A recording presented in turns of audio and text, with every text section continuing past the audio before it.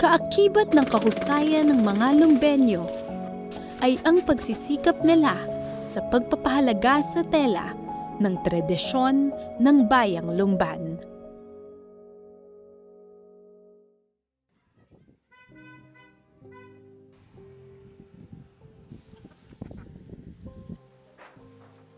Nung elementary ako, mga grade 3, curious na ako sa ginagawa ng nanay ko. So, kapag nananayin siya, yung iiwanan niya, papakailaman ko. Tapos, ang nanay ko na lang yung magtatanggal. Tatas kasi daw doon eh. Tatas kasi niya kapag mali-mali ako.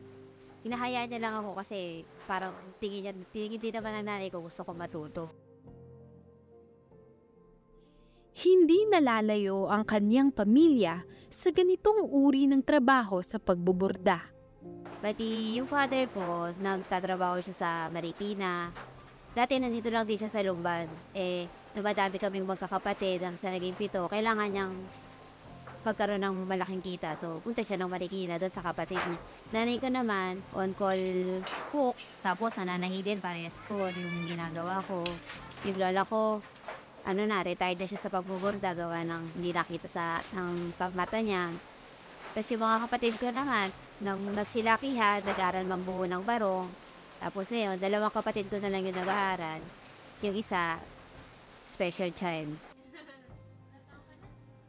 Yung apo kong yan matiyaga, kasi pumapasok yan sa ACTS. Ay sabi niya, hindi ko kaya ang electrical, nana.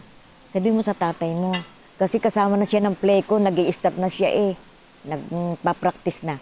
Sabi nung ama, parang hindi ko kakayanin ang electrical engineering. Tapos, nanahi siya ng nanahi. Sa tela ng bordang Lumban, nakatahi ang iba't ibang disenyo ng kultura at paniniwala, kabilang na ang pagpapahalaga sa pamilya. Masaya po kami, lalo kapag kakompleto kami dito. Kasi ako lang yung laging nawawala. Kasi nga, tumira ako sa Kalamban ng 2 taon. Kinalakihan na ni Justine ang tradisyonal na pagbuborda. At para sa kanya, mahirap na lamang itong bitawan noon. At hanggang ngayon, na siya ay isang ganap na ilaw ng tahanan. Pagkagising ko, isipin ko na yung mga gagawin ko, kung ano yung unahin ko habang tulog pa yung bata. Tapos kung gising na yung bata, kailangan magawa ko pa rin yung mga ginagawa ko. Masaya na mahirap kasi kailangan mo manahe, pagsabay-sabay lahat ng gawain. Kailangan marunong kang manage ng oras mo, marunong pagsabay-sabay yung mga ginagawa mo. Sa takbo ng panahon, sumusunod din ang industriya ng pagbuborda sa mga nauusong makabagong paraan ng teknolohiya. Sumasabay ang pamahalaan bayan ng Lumban sumasabay doon sa mga innovation. Pero ang aming tanggapan ay nakatutok sa kung paano hindi mawawala yung tradisyon ng pagbuborda. Subalit para kay Justine, maaaring maging pangamba ito sa pangalan ng Lumban bilang sentro ng bordang kamay.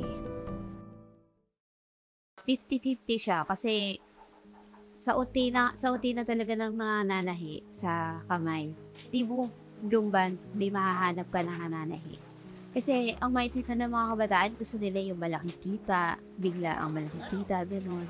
Kasi kapag nagbabarong kasi yung sa borda, magsisimula ka talaga muna sa mababa, sa naliit. Hindi ka kaagad mag-move ng malaki. Gusto ng mga kabataan niyo, malaki yung kita kasi marami silang gustong bilhin, marami silang kailangan.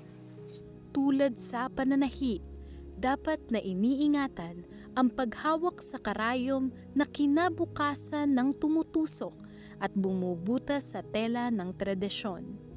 Gusto ko siyang ituro sa baby ko para pag lumaki siya, gusto ko rin ituro sa susunod.